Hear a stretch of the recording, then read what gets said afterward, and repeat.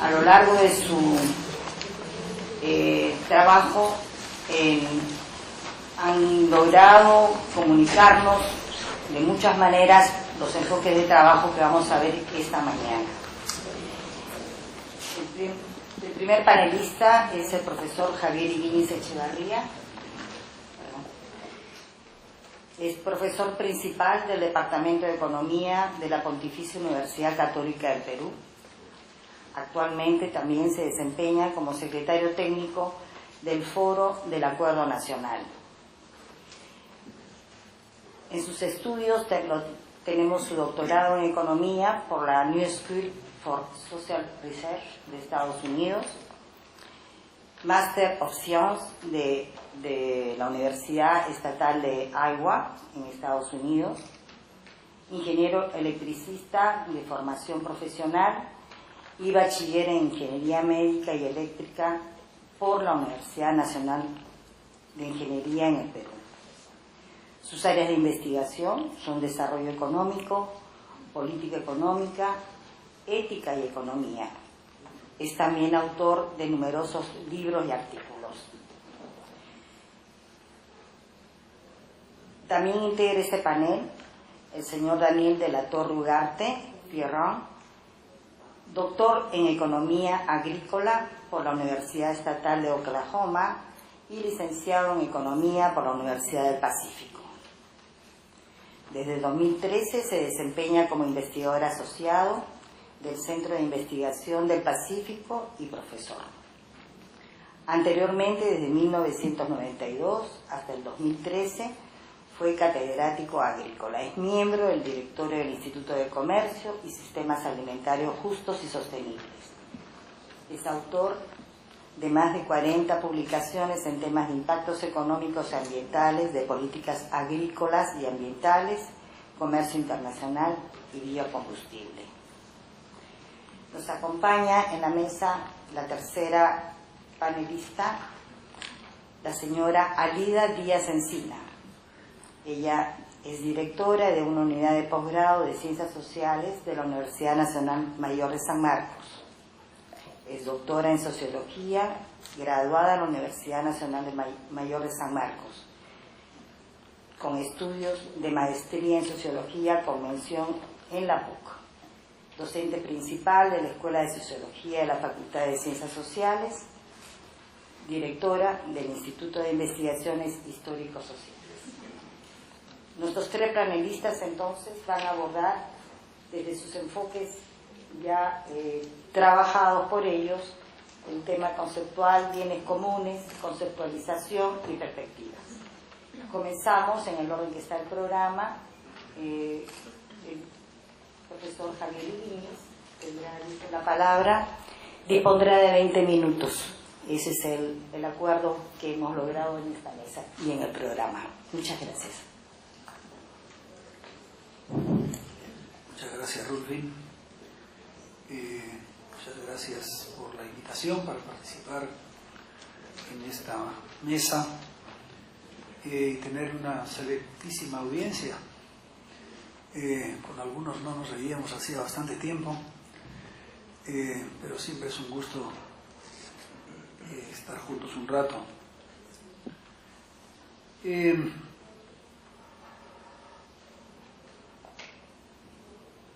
Voy a tratar de hacer honor al título y al pedido que se me hizo, sabiendo que, como ha sido dicho también antes, es un asunto abierto, es un asunto en discusión, el asunto conceptual y el asunto relativo a los bienes comunes, al bien común, ¿no?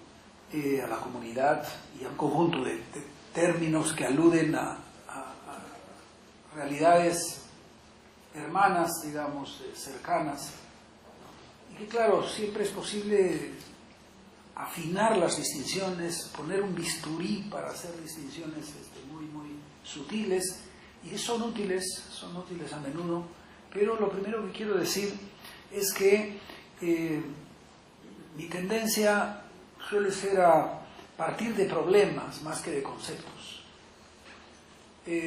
¿Por qué? Porque creo que son los problemas los que permiten enfocarlos en grupo, multidisciplinariamente, y por lo tanto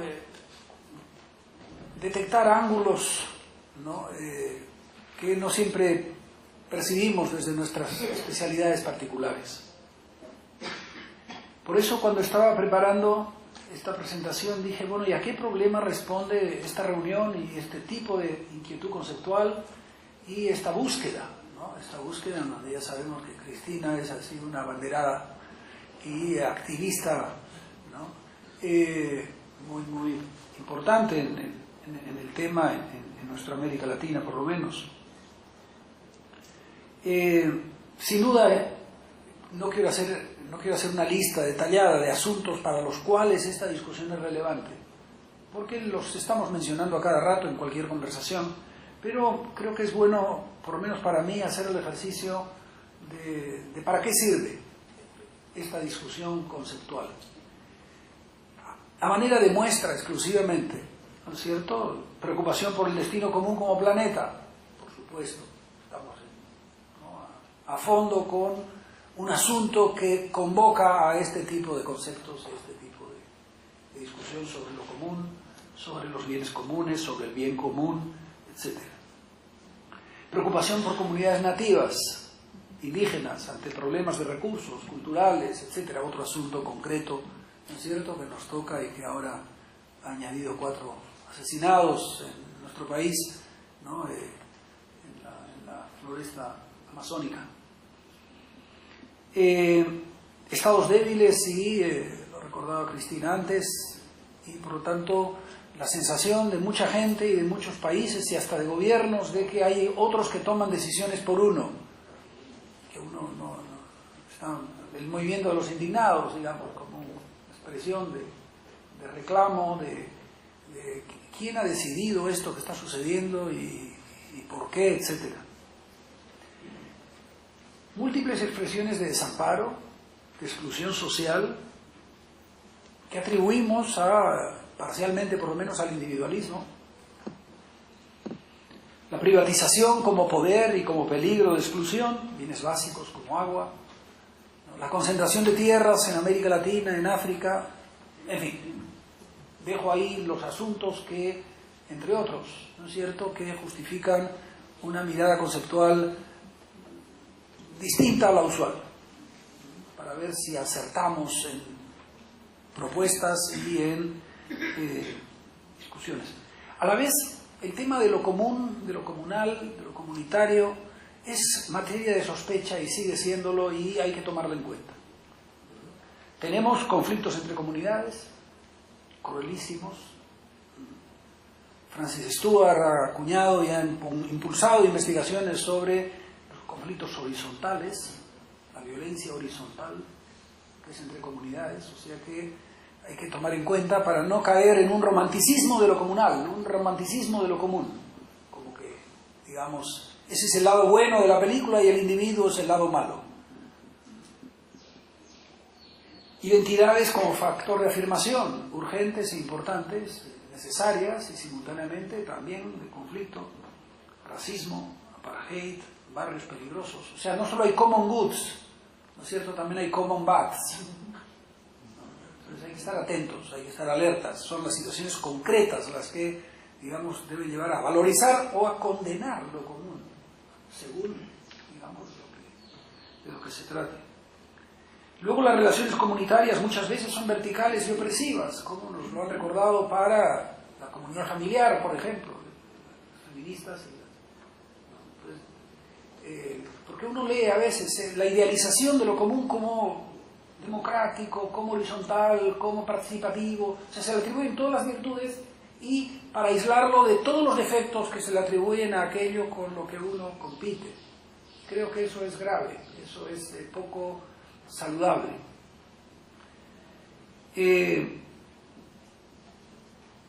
Situaciones concretas, se decía hace unos años, se acordarán algunos de ustedes con los que nos hemos visto, ¿no?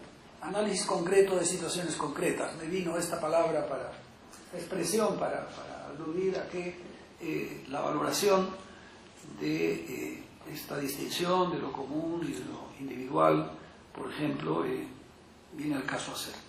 Hay algunas notas generales, sin embargo, en lo común que son llamativas y que constituyen en parte un criterio de denuncia y de crítica a realidades que vemos y en parte también un horizonte utópico que también es útil tenerlo en cuenta, ¿no?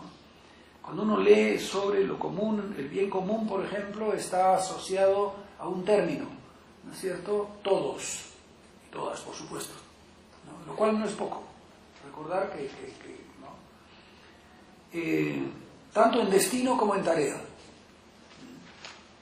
No entro a las citas y a los detalles para no usar el tiempo. Una entrada ingeniosa para los que somos economistas, ¿no? Y medio ingenieros, ¿no? Es la de Samañi en un pequeño ensayo, lo leí yo, debe estar en otras obras, sobre los franciscanos, ¿no?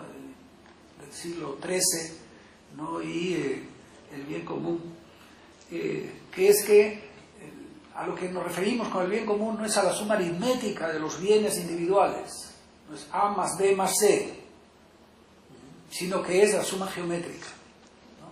A por B por C. Es ingenioso, y lo menciono no para hacer una exhibición matemática, que no diga más lejos que lo que acabo de decir, ¿no? Sino para decir que A más B más C permite que A sea cero, B no sé qué y C otra cosa. Mientras que A por B por C no permite que uno sea cero sin que el total sea cero. Entonces es simpática la fórmula, ¿no? Para aludir a lo radical, digamos, de que todos cuentan en cualquier evaluación de lo total, ¿no? Porque basta que a uno le vaya mal, ya el total está afectado radicalmente, ¿no es cierto? En este caso del cero, digamos, de una manera radical. A la vez en lo común, ¿no? Tenemos ambivalencias.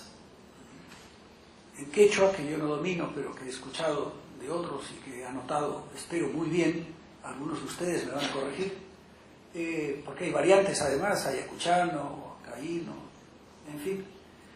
Hay la distinción entre dos tipos de nosotros, ¿no? El ñucanchic, ¿no? Que es un nosotros inclusivo de los otros, y luego volveré para hablar de la capacidad de exclusión que tiene lo comunitario y que tiene lo común, y ñocaiku es un nosotros excluyente. O sea que incluso en el nosotros, en el común que podemos llamar nosotros, las culturas han especificado, digamos, que eso común no incluye siempre a todos, ¿no? ¿Por qué? Porque, claro, lo común es lo común a un grupo y por lo tanto hay excluidos, ¿no? Normalmente porque están en otro grupo. En general lo común es un grupo humano acotado. Al ser acotado ya es excluyente, en el sentido de que excluye. Los términos entonces encierran ambivalencias y está bien que sea así, para que estemos atentos, alertas a no confiarnos en esto. En un pequeño balance de la economía de los recursos comunes, ya no tan reciente, pero sí por eminencias, incluida la señora Ostrom en ese trabajo, ¿no? El tema económico, porque me parece siempre importante y nos ocupa mucho tiempo, ¿no? Sobre el debate a propósito de la tragedia de los comunes y de temas seguramente muy conocidos por ustedes. El balance que hacen así las eminencias en este tema, ¿no? Incluye varias cosas que me parece también que son útiles de tomar en cuenta, porque en poco tiempo hay que resumir. Las características y los resultados de lo común, de la propiedad común, de los recursos comunes, de los bienes comunes, ¿no? Depende mucho del contexto. O sea, a mí una conclusión de unas lecturas de este estilo. O sea, no se puede simplificar, ¿no es cierto?, las cosas y separarlas del ámbito en el cual ocurren. Por ejemplo, en un estudio de Stern, está la señora Ostrom también, ¿no es cierto?,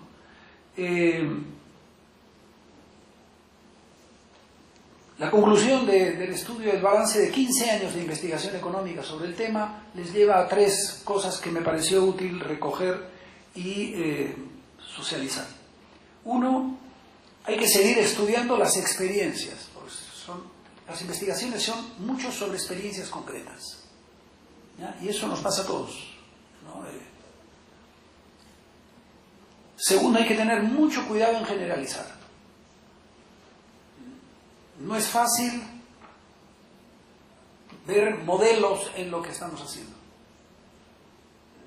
¿Por qué? Porque las experiencias son tan heterogéneas, experiencias de bienes comunes y de manejo de bienes comunes, ¿no? Que no es fácil.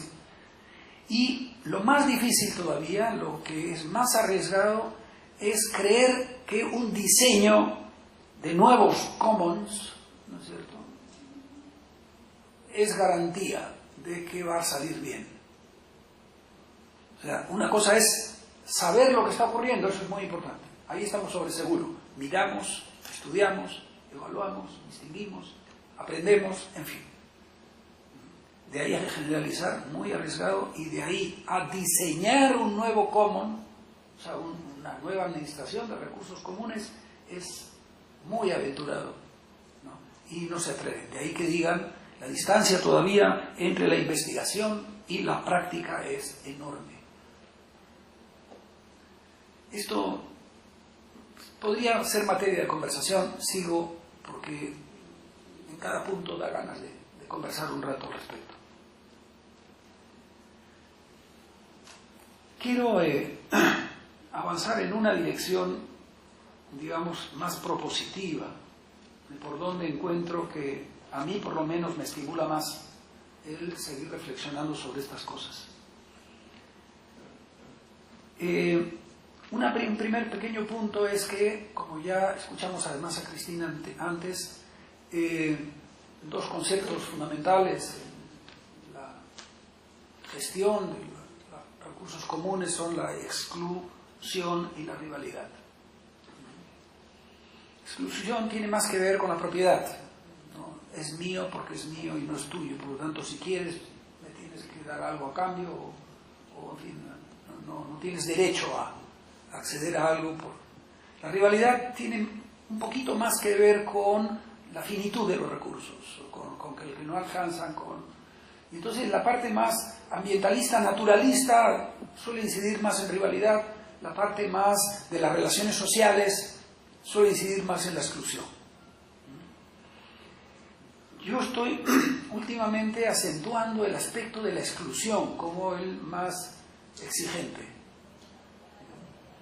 No porque confíe en los ingenieros, cosa que me nace naturalmente, y en los economistas, cosa que también, que somos unos optimistas profesionales respecto de la naturaleza. Algún truco encontraremos de tan ingeniosos, ¿no es cierto? Algunos incentivos o máquinas, ¿no es cierto?, para evitar el problema de la naturaleza, digamos, sobre nuestras vidas. No es así.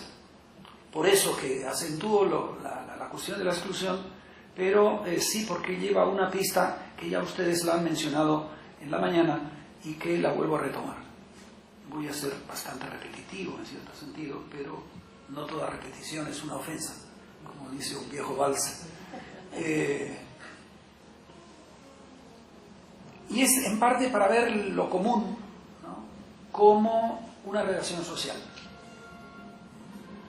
Lo han dicho varios y desde varias canteras bastante independientes, porque por lo menos unos no citan a otros. Entonces, no sé si es que viene por casualidad, ¿no?, o porque no quieren citar a otros, ¿no?, pero la exclusión como aspecto a priorizar en este caso, más allá de los recursos, más allá de las instituciones y más allá de los derechos.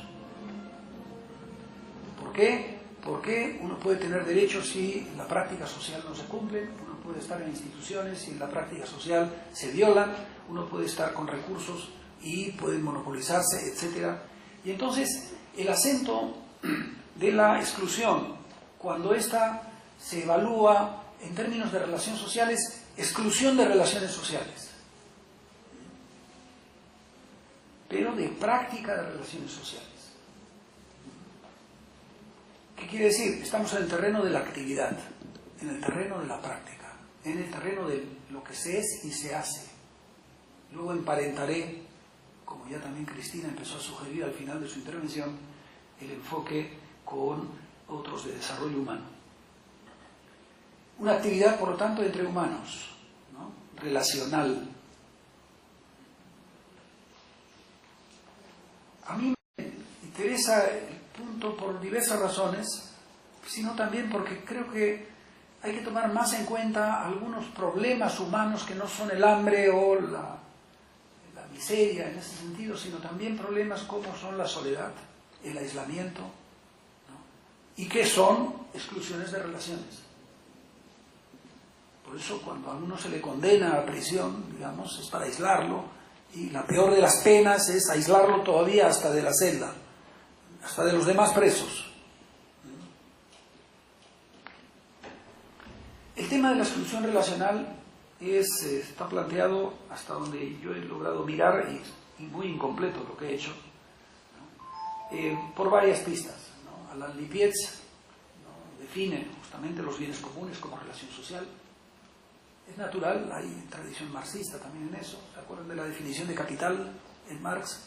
Capital no es una cosa, no es una máquina, no es un recurso, sino es una relación social, digamos, por razones que ahora no es necesario explicar.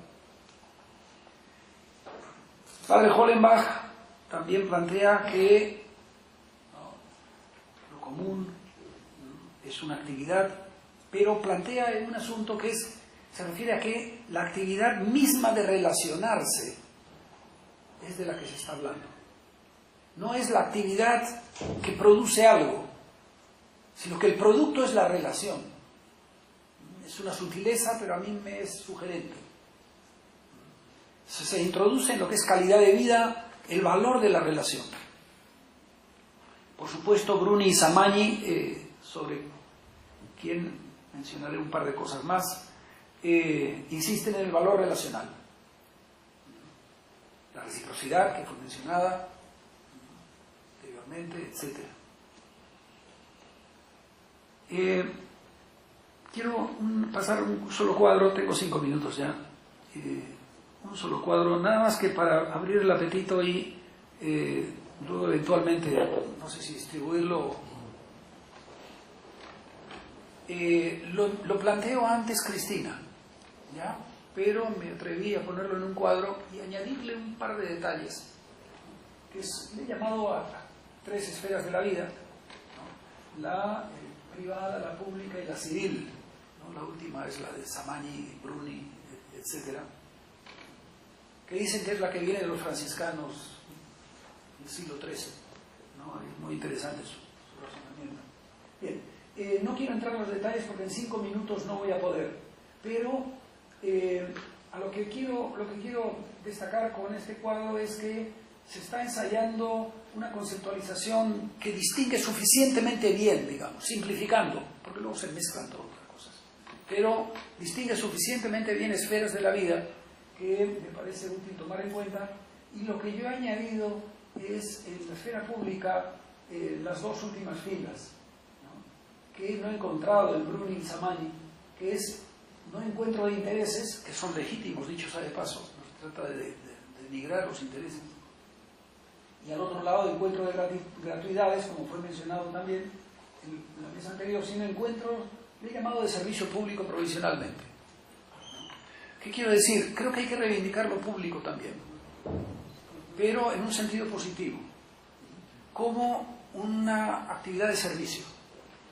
El concepto que me parece más sugerente al respecto es uno que en inglés es unnamed benevolence, benevolencia anónima, que es cuando uno sirve, y el sector público suele hacer eso, uno sirve sin, digamos, especificación de quién es en concreto, sin establecer un vínculo personal con el que está al otro lado de la ventanilla. No importa quién sea, es un ciudadano, es alguien con el derecho a... Bueno, ese tipo de valor me parece también interesante, y con esto lo que quiero es sugerir nada más lo siguiente, y es, hay que seguir trabajando esto, o sea, hay que seguir pensándolo, evaluándolo, ¿no?, sobre la marcha y planteando sugerencias. Termino con el mismo punto en el que terminó Cristina en en la sesión anterior. Tenemos que hacer, yo había puesto, puentes con desarrollo y libertad. ¿Cierto? ¿Cómo ver lo común, ¿no?, lo comunitario, sin, digamos, cómo verlo sin que sea en contraposición a la discusión sobre la libertad? Hay un autor que dice que la diferencia entre lo público y lo común es que lo público sufre por saturación, mientras que lo común sufre por poca participación. O sea, lo común es actividad relacional. El riesgo es no participar, el riesgo es no contribuir al producto, no solo de la cooperación, sino a la relación misma como producto. Y esa es la apuesta en la que está el tema de la economía civil. Y me parece importante esto porque, y termino ya, Rufin, disculpa, ¿no? Porque introduce el aspecto, la entrada relacional y la valoración de la relación misma. Creo que es una dimensión de la vida fundamental. Y luego entran ahí el don, la gratuidad y cantidad de otros conceptos que son muy importantes en esta perspectiva, ¿no? Sino introduce para mí la responsabilidad moral. En toda especificación de relaciones humanas casi es inevitable que se establezca responsabilidades. Y entonces, en este caso, no solo comunes, sino individuales. Creo que tenemos, por lo tanto, una pista con este enfoque, en este caso economía civil, por ponerle una etiqueta, ¿no? Una pista para juntar perspectivas humanistas, juntar perspectivas que ponen al ser humano en el centro lo más rigurosa, seria y sinceramente posible. Porque no hay una sola entrada, ¿no? La entrada liberal es una entrada. La entrada comunitarista es otra entrada y no pueden contraponerse, como que los buenos están en un lado y los malos están en el otro. El desarrollo humano ocurre en las tres columnas que están ahí especificadas. ¿Por qué? Porque debemos tener intereses, debemos tener actitud de servicio, debemos tener reciprocidades, ¿no? En conjunto somos, digamos, así humanos. Quería plantear eso como pista, entonces, para juntar perspectivas humanistas diversas, ¿no?, y enriquecerlas mutuamente en el diálogo entre ellas. Y eso era lo que quería compartir y conversar luego. Gracias.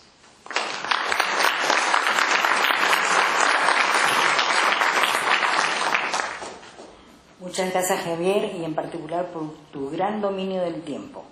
Damos ahora la palabra a Daniel de la Torre Ugarte. Nos hará su presentación y nos dirá también el enfoque.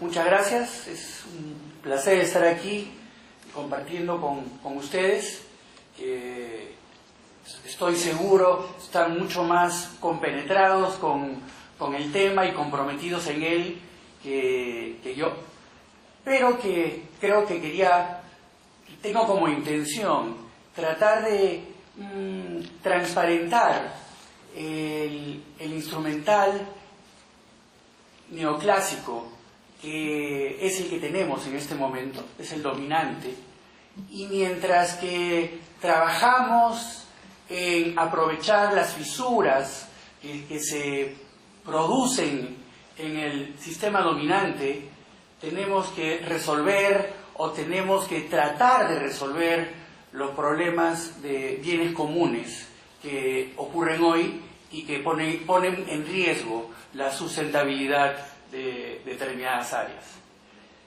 Lo que voy a hacerlo en 2 etapas, pero tocando 5 puntos. La primera, relacionar principalmente la forma como la teoría económica moderna, la teoría neoclásica, se desvincula muy rápidamente de la necesidad de preocuparse del bien común, ¿no? El bien común no es un objetivo de la teoría económica. Vamos a repasar un poco también las características de inclusión y exclusión que tiene el mercado, y ahí comenzar a aplicar el instrumental que nos ofrece o que tenemos disponible al análisis y a la intención de tratar de resolver los problemas de bienes comunes. Entonces, ¿cómo fue esta solución del dilema entre el interés individual y el interés social? ¿No? Esta preocupación ha sido una preocupación constante en los filósofos morales, ¿no? Entonces, cuando a finales del siglo XVIII los modernos economistas, los fisiócratas, Adam Smith, empiezan a desarrollar su pensamiento, ¿no? Parte del contexto en que se desarrolla se ve influenciado por estos filósofos, por estas ideas liberales de los filósofos sociales y morales, y también por la necesidad de liberarse de la tiranía de la Iglesia y del Estado como representantes de la determinación de la voluntad de los individuos. Es así como Adam Smith, y solamente lo usa en un párrafo de toda su obra La riqueza de las naciones, crea esta metáfora de la mano invisible del mercado. La mano invisible del mercado, que lo que permite es que cuando dos individuos entran voluntariamente a un intercambio, ¿no?, buscando cada uno su propio interés, el resultado es bueno para la sociedad. La distribución de recursos es eficiente. Y que la persecución del interés personal es la finalidad última del individuo. Y por ende, el rompimiento entre lo moral y lo económico se produce. Hemos encontrado una nueva autoridad superior que reemplaza a Dios y reemplaza al rey, que se llama el mercado. Esta mano invisible ejerce este poder mágico sobrenatural para que nosotros, persiguiendo nuestro interés personal, podamos contribuir al bien común. Entonces, esta definición del bien común prácticamente desaparece del lenguaje o de la intencionalidad de la teoría económica.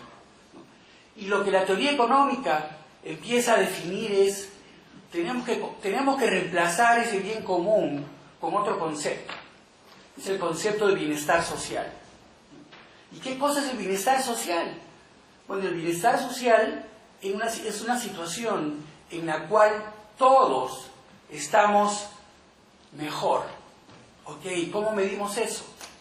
Bueno, simplemente nuestros grandes pensadores traen a colación de que, si bien es cierto, no podemos medir la utilidad que cada individuo persigue, podemos tratar de comparar dos situaciones. Y si en una situación B todos están igual que en una situación A, excepto una persona que está mejor, entonces esa situación desde el punto de vista del bienestar es preferible. Entonces encontramos una forma muy mecánica, una forma muy simplista, muy resumida de poder evaluar diferentes condiciones y diferentes acciones.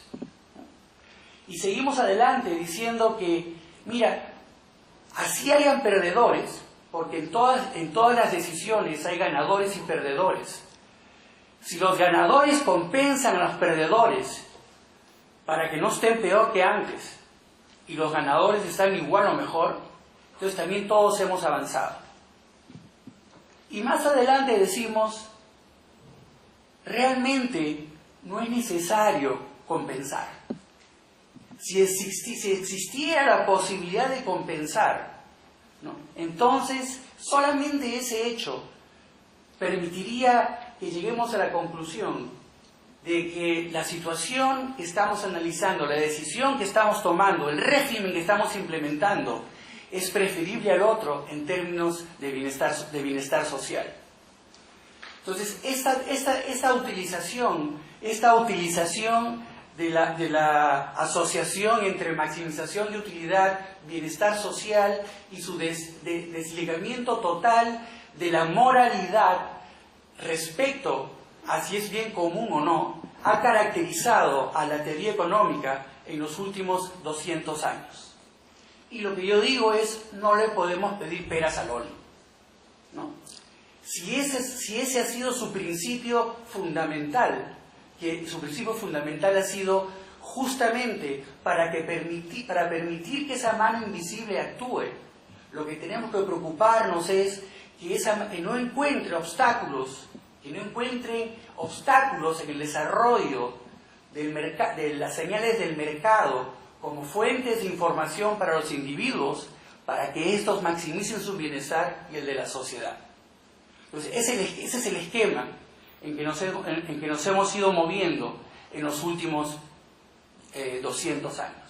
Entonces, por lo tanto, no es de sorprender que para la teoría económica, y la teoría económica no clásica en especial, el concepto de bien común es un concepto que va más allá de ella. Y eso es lo real. O sea, la economía no tiene por qué definir qué es el bien común. El bien común debe ser definido por la comunidad, por la sociedad, por las instituciones que conforman la sociedad, pero no por la teoría económica. Y con eso lo que quiero decir es, no nos tomen tan en serio a los economistas.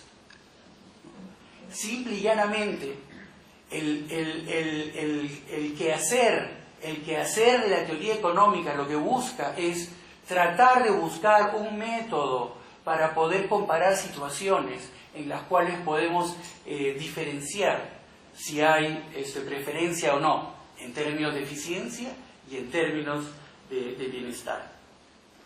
Ahora, esto no es una excusa, esto no quiere decir que la economía es transparente y que simplemente debemos de confiar en ella. Porque también un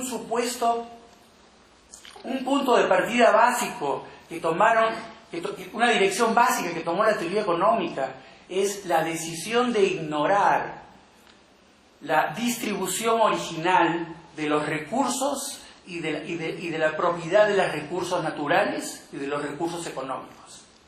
Entonces, dentro de la economía, lo que no tenemos es, dentro de la teoría económica neoclásica, no tenemos un instrumental que nos mida ese elemento. Lo que sí tenemos, como ese gráfico lo indica, es utilizar el mercado como un instrumento de inclusión o de exclusión, como lo quieran ver, ¿no? El rol del mercado, ¿no?, es simplemente incorporar supuestamente las preferencias de los consumidores,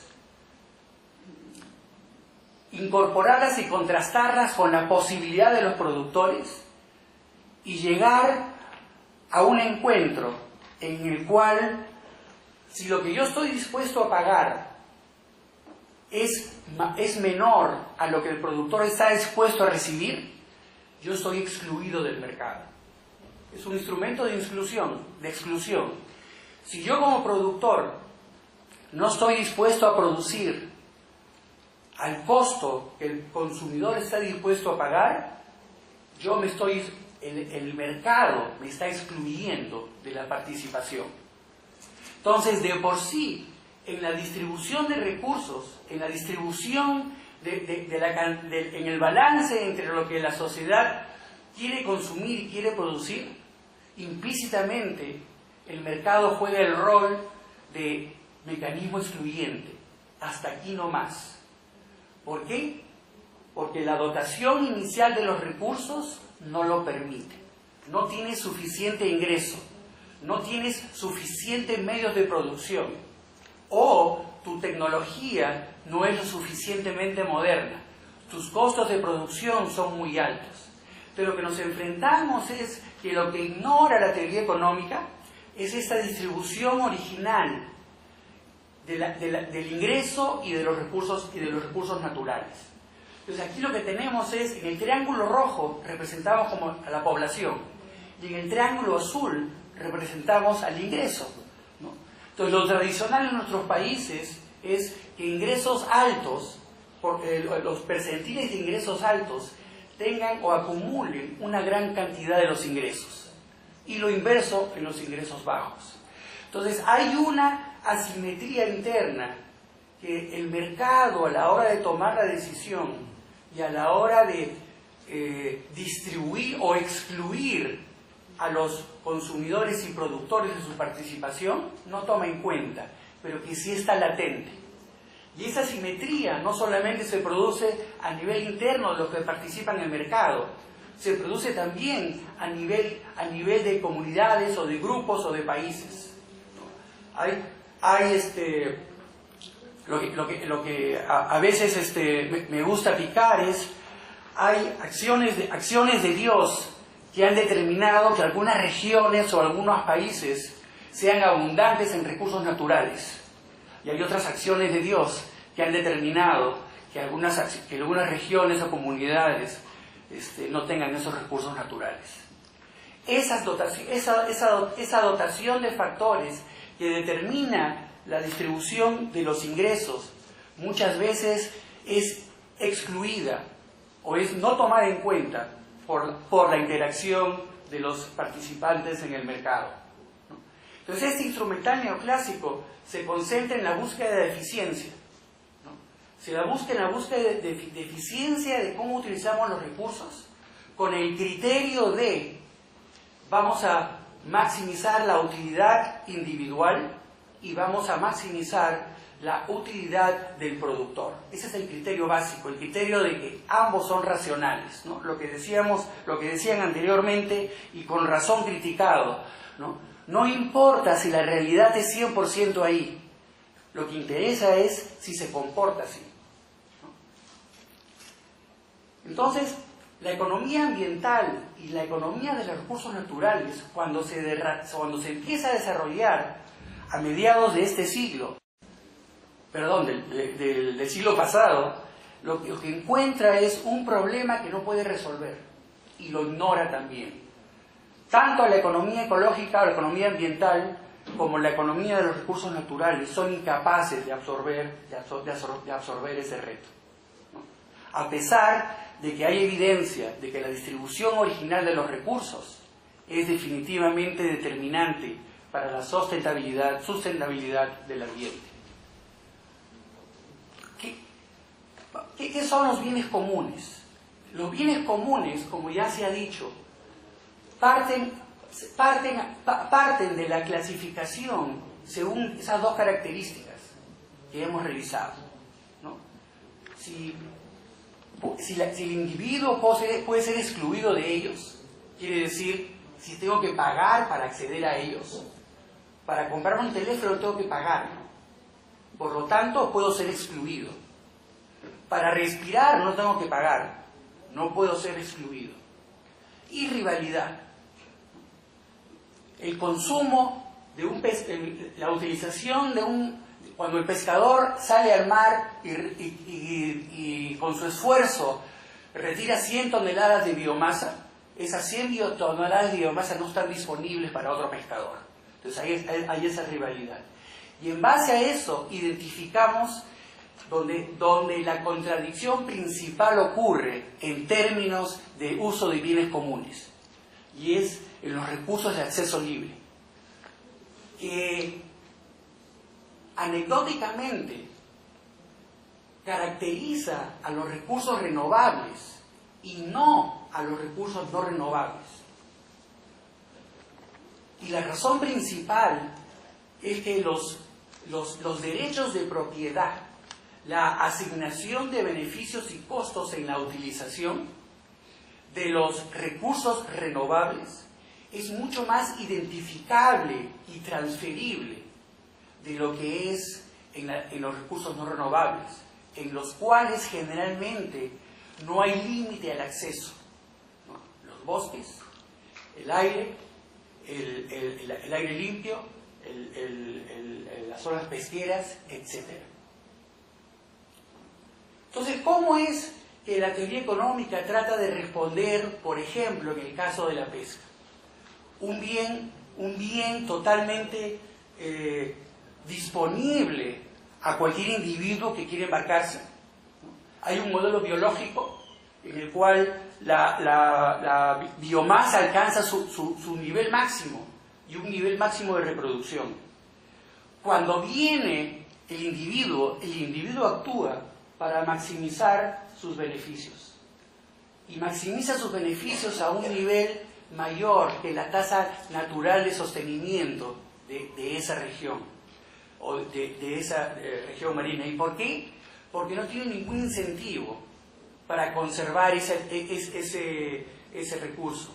Porque si yo no lo pesco, lo pesca el vecino. Y aquí está la contradicción de lo que nos pide nuestra amiga Ahlström, ¿no? Nos pide trust, ¿no? Nos pide confianza. Y justamente la base del individualismo, la base de la maximización de la utilidad personal, radica en la no confianza y en la competencia. Entonces, los niveles de utilización de los recursos de acceso abierto, si bien es cierto, no tienen que llegar a la extinción, van más allá de la actitud racional del individuo, porque el mercado no está en capacidad de incluir dentro de sus señales el costo para los pescadores actuales y futuros de la existencia o no de ese recurso.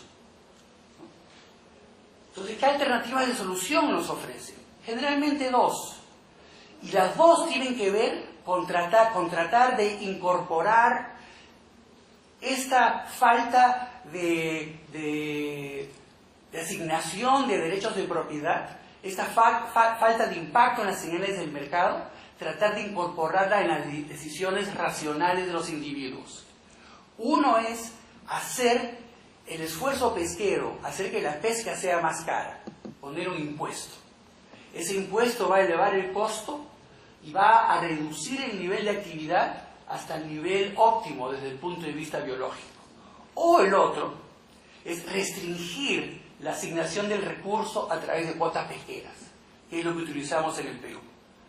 En el Perú, para la pesca de consumo industrial, existen cuotas de pesca, con el objetivo de limitar la acción de reducir la biomasa marina más allá de su tasa de reproducción. Entonces, estos dos tipos de intervenciones son las que caracterizan las propuestas de la teoría económica neoclásica frente a los bienes comunes. Son las elecciones que tenemos hoy día. Una de las contribuciones que no contradice a la teoría neoclásica del trabajo de Ahlström es que no necesariamente la asignación de recursos privados o la intervención del Estado son las soluciones preferibles, sino también se puede recoger soluciones, arreglos institucionales de regímenes existentes a través de los años que han podido manejar esos recursos naturales, generalmente agua, generalmente tierra agrícola, generalmente cacería, a un nivel de mantenimiento de la sociedad. No hay una panacea, y eso es la otra contradicción que tiene la economía neoclásica, que si bien es cierto no se presenta como panacea para lograr el bien común, se presenta como panacea para la utilización de la asignación de recursos. Entonces termino diciendo que la función de la teoría económica es describir, no prescribir, y es aquí donde la lucha de conflicto, el conflicto social, el conflicto de poder, captura la misión de la teoría económica, es describir y no prescribir. El bien común tiene que ser definido por la sociedad. La contribución de la teoría económica tiene que estar limitada a lidiar con los efectos, con el costo del bienestar, con el costo de lograr el bien común. el costo de los diferentes senderos para lograr el bien común. Y finalmente, diferentes regímenes de gestión de los recursos públicos tienen diferentes costos de transacción y diferentes eficiencias en la gestión de los bienes. Y estos tienen que ser parte de la clave de la decisión de qué régimen de manejo de bienes comunes se debe hacer. Gracias.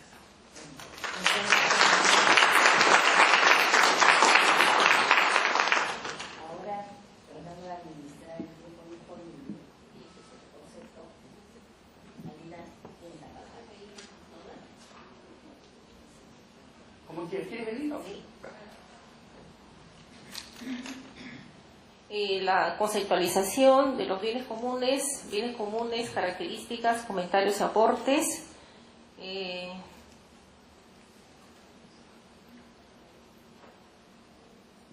Vamos a hacer una pequeña introducción acerca de este es un concepto a raíz de la crisis internacional europea, norteamericana, enfatizó la discusión internacional de los bienes comunes. De acuerdo a las noticias, fuimos nosotros testigos de las situaciones difíciles que pasaron los países europeos en cuanto a esta crisis. Muchas de las personas inclusive llegaron al suicidio.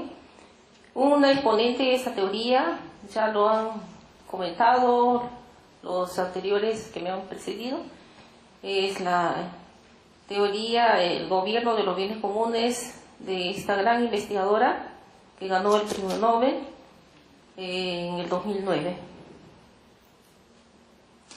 Si hacemos una pequeña reflexión acerca de los clásicos, en este caso en la teoría aristotélica, tomista considera que la noción del bien común relaciona el bien de las personas, es el bienestar de las personas que conforman las comunidades, de todas las personas, ¿no?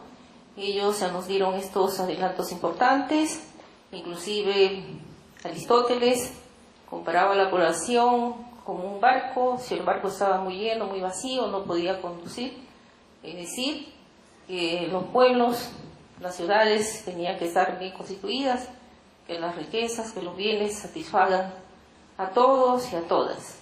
Otros grandes pensadores también como Bacon en el siglo XVII postuló de que la población de un reino no excediera a los recursos que el reino podría tener para ayudar al bienestar y la satisfacción de este conjunto de miembros del reino. El bien común está constituido primeramente por la virtud, ¿no? Tenemos las referencias de otro pensador, Tomás de Aquino, dio un nuevo impulso a la teoría aristotélica al plantear que el bien común adquiere su significado en el gobierno, donde el gobernar consiste en saber conducir lo que es gobernado a su debido fin para el bienestar integral. El fin del hombre está en contemplar y gozar el más alto de los bienes, es decir, Dios, ¿no? El bien común tiene pues una dimensión sobrenatural y otra temporal, que coincide con aquello que requiere la sociedad para vivir de buena manera. De otro lado, tenemos a San Magni, y dice: el bien común es el bien de la relación misma entre las personas, teniendo presente que la relación de las personas se entiende como bien para todos aquellos que participan en esta relación. El bien común es indivisible, porque el bien que aprovecha cada uno no puede separarse del bien de los demás, no es apropiable por parte de uno de sus miembros y todos tienen acceso a él. Los bienes que forman el bien común están presentes con fundamento de todas las acciones de los miembros, pero trascienden los fines inmediatos de cada acción. Y aquí hacemos algunos comentarios acerca de esta gran exponente, ¿no? El gobierno de los bienes comunes aborda un misterio de antigua data en las ciencias sociales que lo ha comentado en parte también el doctor Higuíñez, porque individuos plenamente racionales, cuando actúan de manera colectiva para aprovechar ciertos recursos, toman decisiones que conducen a resultados irracionales. Este problema, transformando el postulado teórico, ha conducido a dos recomendaciones de política pública: establecer derechos de propiedad por un lado y por el otro imponer el control del Estado. Ostrom invita a reflexionar sobre la acción colectiva de manera diferente y muestra cómo las dos opciones anteriores son apenas una parte de la vasta variedad de la experiencia humana, por lo que analiza una tercera vía: la administración colectiva de los recursos de uso común. Se plantea un interrogante: ¿por qué algunos esfuerzos por resolver problemas relativos a la administración de los recursos de uso común fracasan, mientras que otros tienen éxito? Y aquí también es importante comentar sucesos que se dan en nuestra realidad peruana, sucesos que se dan en la Amazonía. Ya mencionó el doctor Higuíñez acerca del asesinato de estos 4 luchadores ambientalistas en la región Ucayali, y bueno, ellos cobraron con su vida el defender este recurso de uso común para la Amazonía, para el Perú, para el mundo, por la oxigenación, ¿no? Soy de la Amazonía y siempre en los seminarios tratamos de alzar nuestra voz en defensa de los recursos de uso común de nuestra Amazonía. El bien común no se puede definir en términos estadísticos. Por la riqueza de un país o por su nivel de vida, los bienes materiales entran en el bien común como condiciones de posibilidad del mismo junto con otros como la verdad, la belleza, la paz, el arte, la cultura, la libertad, la rectitud de la vida. Todos estos pueden ser bienes comunes que concretan de algún modo el concepto abstracto y trascendente del bien común. En la doctrina social de la Iglesia Católica, en la segunda mitad del siglo XX, desarrolla su concepción de bien común el Concilio Vaticano II. Afirmó que la persona es el sujeto, la raíz, el principio y el fin de toda la vida social y de todas las instituciones sociales. Caro Botitla desarrolló la tesis de que la persona es naturalmente social, no solo por necesidad, sino por su plenitud ontológica, que es difusiva y que hermanan a todos los hombres, es decir, por el bien de todos y cada uno, para que todos seamos verdaderamente responsables de todos. Los comentaristas dijeron, bueno, ¿quiénes vamos a definir o cómo definimos este concepto? Y tratamos, bueno, nos remontamos a los griegos y poco a poco en la investigación de los grandes pensadores también tenemos a otros exponentes que trataron acerca de este problema que involucra a nuestro planeta, diríamos, nuestro planeta, ¿no? Que esta discusión se inició especialmente con la crisis europea, pero sí el concepto estuvo presente a través de la historia, porque ya vimos que dieron sus alcances, sus definiciones, pero las definiciones se quedan escritas a veces en los libros, y lo importante es que eso se lleve a la práctica, con acciones positivas para toda la población, sin excluir a nadie, hombres, mujeres y todos, ¿no? Debemos participar de los bienes, de la riqueza, como dijo la doctora exponente de la mañana, ¿no? El bienestar que los gobiernos tienen que organizarlo, pero que también la sociedad civil tiene que participar con los actos de la reciprocidad. Bien, entonces tenemos aquí ya fin de... Muchas gracias. Muchas gracias.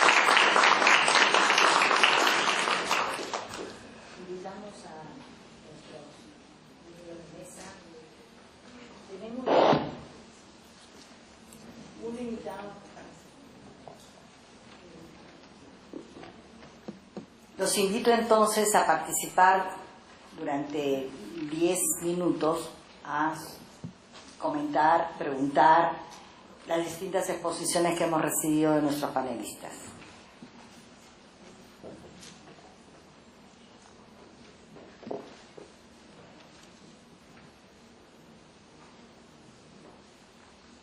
Sí. Una pregunta general. Perdón, ¿podrías decir tu nombre? Raúl González, de la Universidad Academia de Humanismo Cristiano de Chile. Quisiera, aunque en varias de las respuestas hay mención a lo que voy a preguntar, quisiera una cosa un poquito más.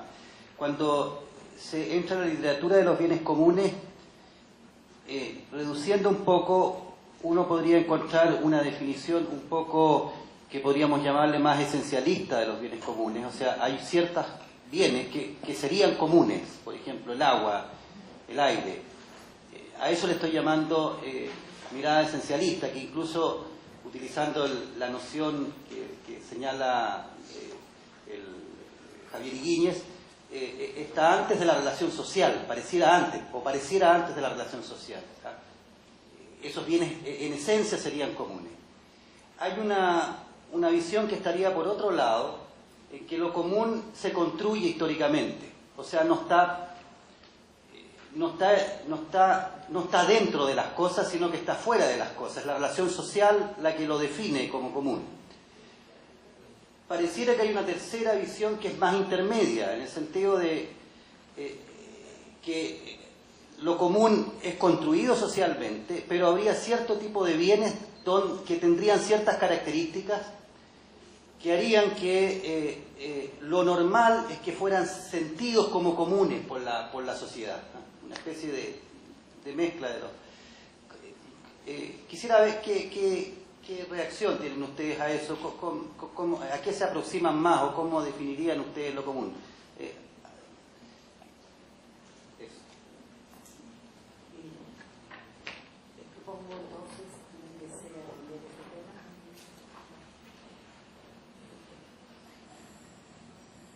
Sí, nada más que una breve reacción, ¿no?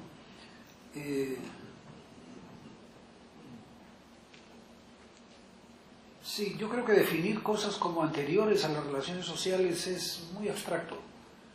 O sea, no sería en materia de interés como tal, más que para contemplarlo. En la teoría neoclásica, para entrar a un tema que Daniel nos presentó antes, la característica de el agua o del aire en el sentido que mencionas, porque con el agua y con el aire habría que discutir más, ¿no? Yo he visto procesiones y fiestas de irlandeses en Nueva York con aire enlatado, para decir que hay ahí siempre una decisión social que acompaña el tamaño del recurso.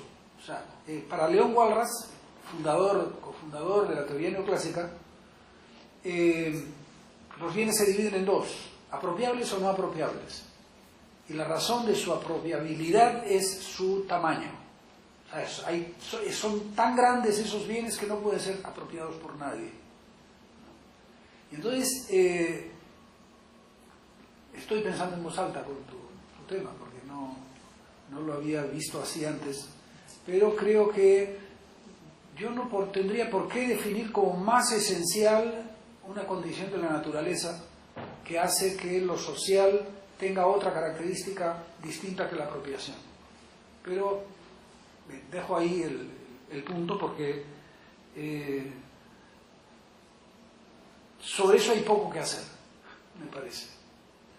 Si ya se está destruyendo, si ya está en peligro, ya hay, digamos, un tema social implícito, a mi juicio, directamente, ¿no? Bien, no es una respuesta demasiado completa, pero bueno.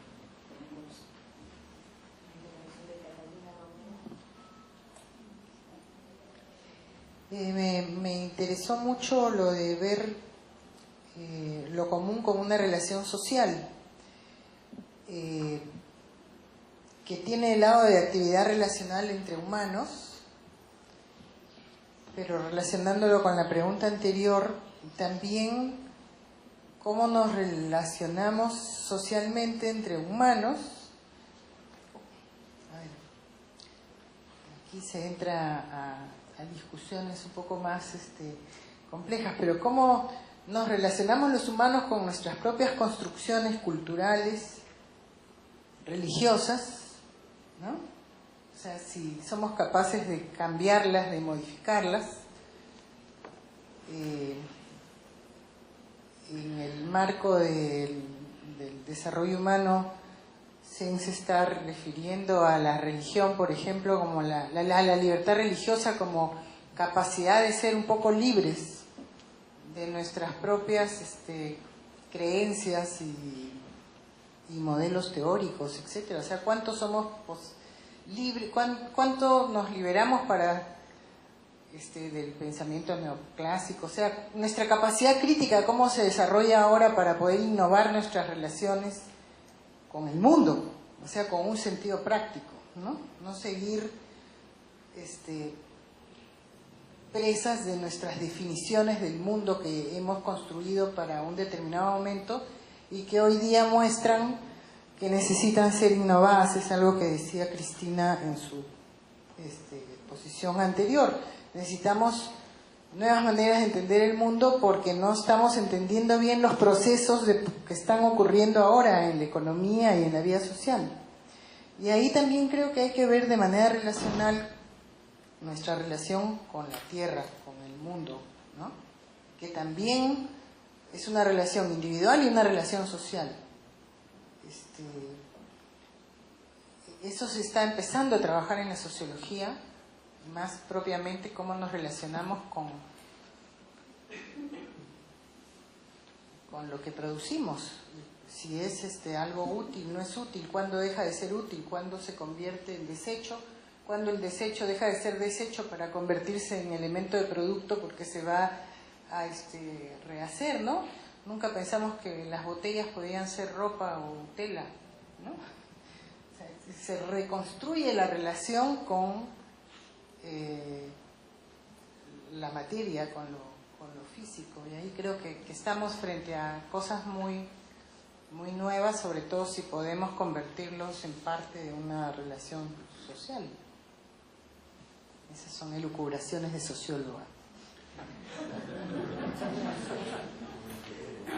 Otra intervención, por favor.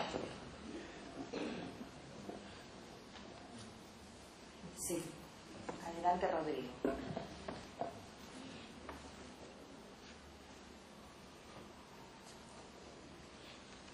Gracias. Quisiera preguntar a Daniel, en la medida en que el mensaje que por lo menos yo he entendido es que la teoría económica clásica al presentar o al designar al mercado como la herramienta principal de definición y de asignación de bienes o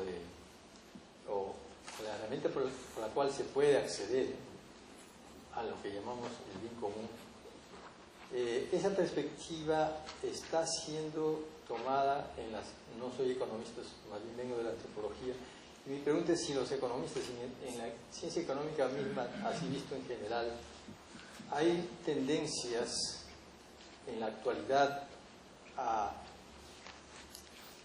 agregar o a modificar en alguna manera esta orientación tan fija de que sea el mercado el instrumento asignador,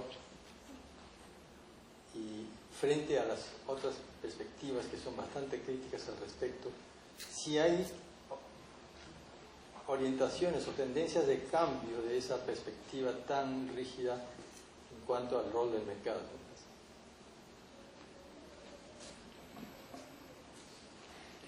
Obviamente no tengo todo el conocimiento, pero mi reacción sería: no la hay. No la hay como instrumento de asignación de recursos. Lo que sí hay es diversas tendencias, escuelas, líneas de pensamiento, ¿no?, que ponen límite a la definición de desarrollo como entendida como acumulación de bienes materiales, ¿no?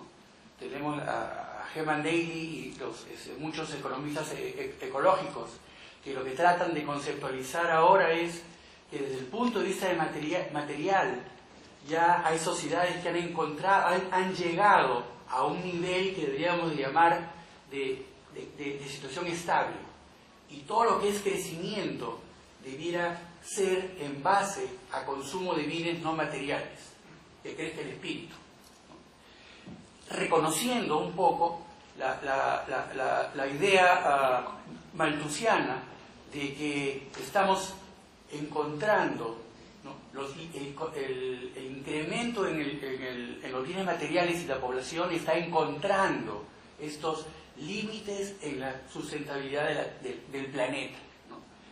Pero desde el punto de vista de elementos de asignador de recursos, no estoy familiarizado con ninguna otra, digamos, posición global. Existen obviamente dentro de comunidades, dentro de desarrollos específicos, ¿no?, reglas de asignación y distribución de recursos, tareas, ingresos, propiedades, que obedecen a situaciones culturales, a situaciones históricas, sociales, pero desde el punto de vista de su relación con el resto del sistema, no me atrevería a decir soy optimista, ni mucho menos. Muchas gracias. Javier quiere ayudar Un también pequeño comentario nada más. Sí, la teoría neoclásica convencional, de la cual además ya hemos escuchado una presentación muy precisa, está siendo muy cuestionada, ¿no?, y con ella el mercado como tal.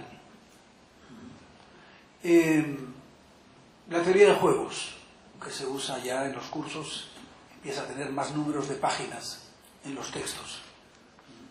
Ya es una crítica a la racionalidad individual como capaz de beneficiarnos socialmente sin tener un planificador, sin tener una autoridad, ¿no? Igual el tema de la irracionalidad del comportamiento individual en las teorías nuevas del comportamiento, ¿no? Le han dado un premio Nobel a alguien también por decir que no hay que confiar demasiado en el individuo. Entonces está como el queso Gruyère, digamos, ¿no? Esa teoría dominante todavía está teniendo huecos cada vez más considerados, respetados y valorados en la disciplina.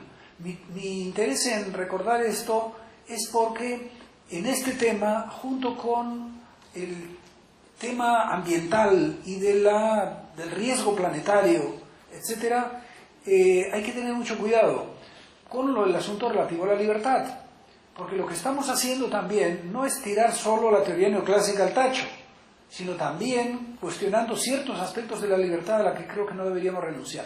¿Por qué? Porque si no, el control del total, del que el barco no se hunda, va a llevarnos a aceptar autoritarismos, nos va a llevar a aceptar poderes dominantes que digan: yo los ordeno a ustedes para que no nos hundamos todos, acepten ser remeros del galeón o del barco, digamos, porque si no aceptan su sitio, el peligro es que nos hundamos todos. Entonces yo creo que el tema este de lo planetario como problema es crucial. No tengo duda de que es bien inquietante, ¿no? Es bien decisivo. Y simultáneamente yo ya estoy viendo que por varios sitios empieza a rehacerse una teoría que legitime el autoritarismo. O sea, el ordenador de la sociedad. Y entonces, claro, me parece arriesgado también, ¿no? Me parece arriesgado. Bien, pero en fin, por añadir un comentario al costado de tu... Muchas gracias. Tenemos una última intervención y después les pediré que se queden para algunos mensajes de la reunión. Sí, Raúl Luna del GRES.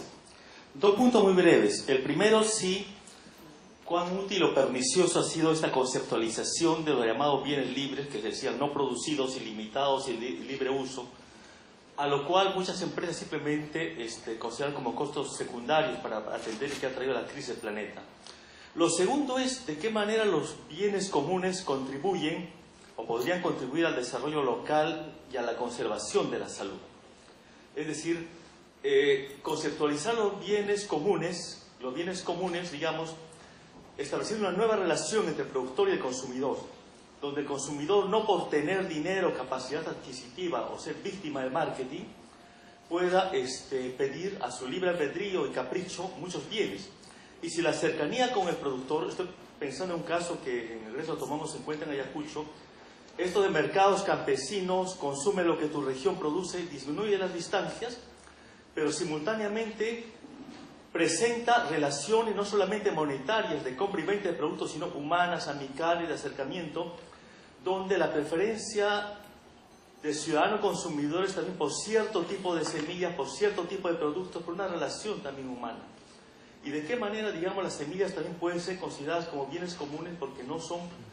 es un saber ancestral, ciertas técnicas de productivas, ciertas formas de producir y de consumir que plantean no solamente un comer por comer, sino también un nutrirse y un nuevo acercamiento entre relaciones humanas, ¿no? Entonces, y finalmente para señalar, sí, la conservación de los bienes comunes nos plantea también retos intergeneracionales, porque el agua, la tierra, las semillas no son bienes que se dan para una generación, sino que deben ser sostenibles y plantea entender también el desarrollo no para nuestra generación, sino para las siguientes.